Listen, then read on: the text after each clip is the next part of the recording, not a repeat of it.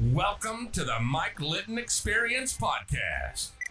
Mike has over 31 years experience in real estate, finance, and investing. He's passionate about being a father, a teacher, a realtor, an investor, and a leader. Everyone has a story, and our passion is to help them tell it. And now, introducing the host of the Mike Litton Experience, Mike Litton. So what can you expect from the Mike Litton Experience? You can expect stories that will inspire, motivate, advice that will sharpen your focus, and expert information on real estate, finance, and market conditions. Tressa Brady, thank you so much for being our guest on the Mike Litton Experience. Like we talked about before we hit record, everybody has a story, and our passion is to help them tell it. So with your permission, we're going to start with where you were born, go all the way up to today. And then we want to talk about this amazing podcast that you have. I'm so unbelievably proud of you, and I've shared that with you. I just think what you're doing is so unbelievably important, and I'm so excited to have you on here to talk about it. Thank you. I'm so happy to be here.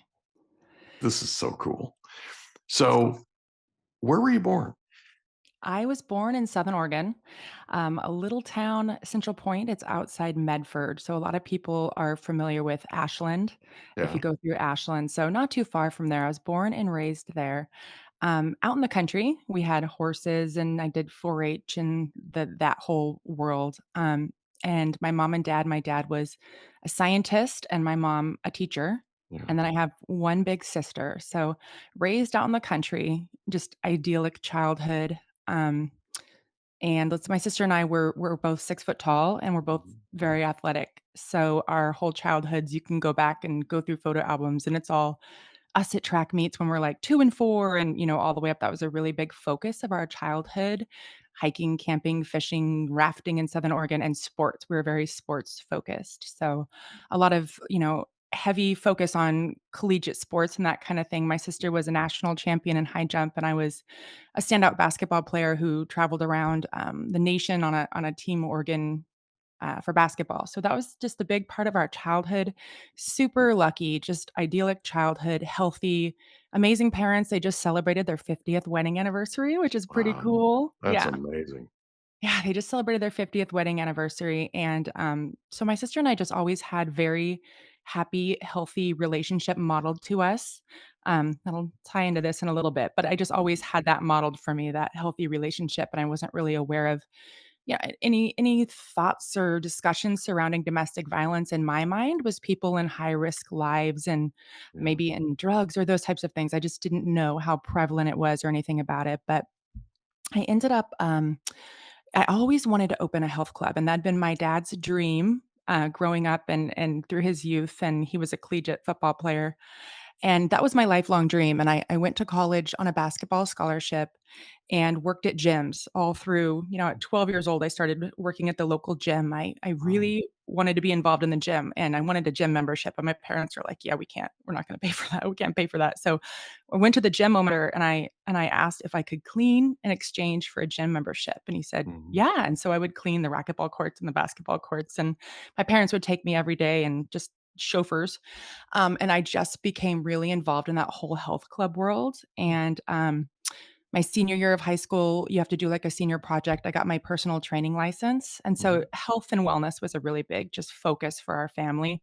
I worked at that gym all through high school. And then I went off to college to play basketball and started working as a sales manager at a local gym and teaching aerobic classes. So always an entrepreneur, always wanted to open a gym, always an entrepreneur and always wanted to open a gym, and my dad had that dream as well. So, I ended up getting hurt in college. I had quite a few injuries and just burnout, so I didn't have the collegiate basketball career that I'd really hoped for. And my junior year, I ended up leaving college and going home just through a series of losing some friends, one to suicide, one to an unexpected death. It was just a really hard time. So packed it up and went home. And my parents ended up basically partnering with me and helping with a loan on a down payment. They signed for a loan on a down payment for a gym in Colorado. And I moved out to this little town in Colorado and started running a gym on my own. And it was those are the years I like to call life lessons learned from God's blind spot, Mhm. because it was like everything that could go wrong did. I mean, someone drove a truck into the pool through the wall. I mean, just all these series of just now we could make a comedic movie about it, but at the Yeah. time it was just wild, right? It was crazy. And I opened up a coffee shop, just several entrepreneurial things. And we had that gym, gosh, we had it from 2004 through 2012, I believe, but it was really, really, really challenging in that through 2008, that recession timeframe. I mean, Yeah. people don't cancel their cable in a recession, but they do Yeah. cancel their gym membership. Yeah. Gym membership Yeah. and coffee. Those are 2 very disposable things. So I learned a lot of lessons and, it was a time. It was a time, but I'm thankful for it because I learned some really, work ethic and just persevering through those really challenging times. And I'm so grateful to my parents for doing that with me. It was just hard on all of us. But during that time, I met my first husband, who was special forces. And he had already had, I believe, 3 deployments when we met. Mhm. And already very early on, it was a relationship that moved very, very quickly. And it was very early on apparent to me that something was wrong, but I was Mm. 25 years old and just didn't know what I didn't know. So I Right. really thought, he's been deployed this many times. He's had, I think he had a, I don't traumatic brain injury at that point. I'm not sure, but there were some real, I guess what people would call red flags. But I always just said, okay, we're going to get him the help he needs, Yeah. and then he's going to be okay. And so I ended up being married to him for 5 years, and he just kept deploying, by the way. He had Mm. this cadence that was like 6 months home, 6 months gone, 6 months home, and there were times when one of his best friends was killed in Kandahar, and he was actually on his way home, and the military stopped him and relocated him to Kandahar to backfill that young man who'd just been killed by an insurgent. Mm. So there were so many things happening that, like, I can only imagine showing up in Kandahar and being like, "My best friend's dead, and now I'm gonna go stand in a place he was standing." Mhm. I'm filling those shoes, I'm backfilling that. So that stress on him, that stress on me. He became very, very abusive. He was self-medicating with alcohol just round the clock when he was home, and I Mm. didn't understand then, but when he was home, it seemed more depressed, like he was Mhm. longing to be back in the war. Mhm. I've since read a lot about that, learned a lot about that. I know we talked about the book Tribe, Yeah. and I'm kind of understanding now, 12 years later, I'm understanding the dichotomy of him coming home and leaving behind comrades and what that can do to a person, but Mhm. it became incredibly dangerous for me.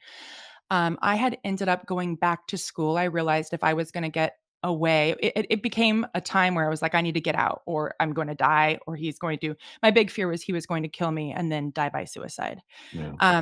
And help didn't seem to be an option for him. His career trajectory was a big concern. So he would go see a chaplain, which we've discussed. He'd see a Yeah. chaplain quite a bit for therapy. And there are certainly programs within the military for people who want to go get help for PTSD. However, what I'm learning, and one of my best friends is she's a nurse practitioner, and Mhm. she works on medical boarding soldiers. So they get sent to her and she assesses them and kind of goes through everything of like, okay, we've got to medically retire you based on your shoulder injury. You have 60% use, and that's kind of how they figure out disability. Right. What she has shared is that those combat soldiers, they're not going in for help until they're ready to be done. Mm. They're not gonna go in and raise their hand and say like, "Hey, I'm really struggling," because they know if they get that diagnosis of a severe PTSD, they'll Mhm. most likely get medically retired. So she says she never sees those guys until they've been in 20 years. They can't deploy anymore. They're done, severely, severely traumatized. A lot of them divorced, all these different things. They're not the Mm. ones walking in at year 2 going, "I need to see someone." Yeah. So, the whole reason I started this podcast that I started is because I really want it to be systemically that people who enter the military are getting help right away from the Yeah. jump. You're coming in and we're there the entire time. It shouldn't be that you're reacting and saying, "Oh my gosh, he has all these problems. Now he needs help." And he's 20 years into it. It should be from day one that the military partners with these soldiers and they get to a place where they're so sick and now they can't get help because they're aware they're sick. Their spouse is aware they're sick. And when I say sick, they have, trauma to their brain. Mhm. PTSD changes your brain. Mhm. And so it just goes on for so long, and these soldiers are afraid to get help. But I'm really telling it from the spouse's side of what it's like to be with that soldier because you are silenced in the fact that you don't want to affect your partner's career Mhm. trajectory. A lot of these women, due to the challenges of finding a job while you're a military wife moving around, they're deploying, you have to take care of the kids. A lot of them can't work on their own careers or their education. So they really Mhm. don't have an option but to be a homemaker, which is hugely respectful, but they haven't had the chance. Their husband's working on their career. They don't get the chance to focus on their own. Right. And so they end up in these positions where they can't leave because they have no funds, they have no education, they have no Mhm. job skills that necessarily they could go into the workforce with. And so they Right. become trapped. And Yeah. I'm covering a ton of stories as we move into this podcast of women who have gone to the military and said, "Help me." Mhm. And they have not received help, and they've been ultimately killed by their spouse. Mm. And so there's just the hardest part about this whole thing is finding a way to not be coming on and condemning these men, these war Mhm. fighters and heroes. Mhm. And part of that is gonna be some condemning, right? Because they end up killing their wives, but it needs to be with through the lens of, "We gotta get these guys help before Right. this PTSD manifests into something so insidious that these women are being killed or these children are involved embroiled in these horrific, like, battles for custody." So that's what I'm doing. I'm telling a lot of stories, and I'm telling stories of, survivors and, like, that lens, but also I'm talking to experts because Mhm. all I can do is speak from the point of knowing what it's like to be in that abusive relationship, but I can't Yeah. speak on how to fix it. Yeah. So I'm trying to be really solution oriented and bring on experts who can say, "Here's why this happening. Here's the things that these armed member forces can do to seek therapy, and here's what spouses can do." So really trying to shed both a light on both sides of it, but it's definitely a challenge. It's amazing how the people that I'm talking to, because one of the things that I've done is I've talked to a number of people who I know have been in the military. Yeah. And I'm talking to them about your podcast and talking to them about, hey, would it be something that you might be interested in talking to her from a warrior's perspective, right? From a perspective of right. So I talked with a former Navy SEAL the other day who's a Mhm. good friend of mine. And I know him really well. And I've dealt with him on a number of different issues, number of different challenges, different things. I've given him advice. I've listened to him, right. And I literally never have seen him the way that I saw him when I asked him about potentially being a guest on your podcast. You shut down? There was a there was a Yeah. switch that flipped Yeah. and there was a rage. I'm not joking. Yeah. There was a rage in his eyes that he was trying to control. He was trying to sort of maintain type deal, right?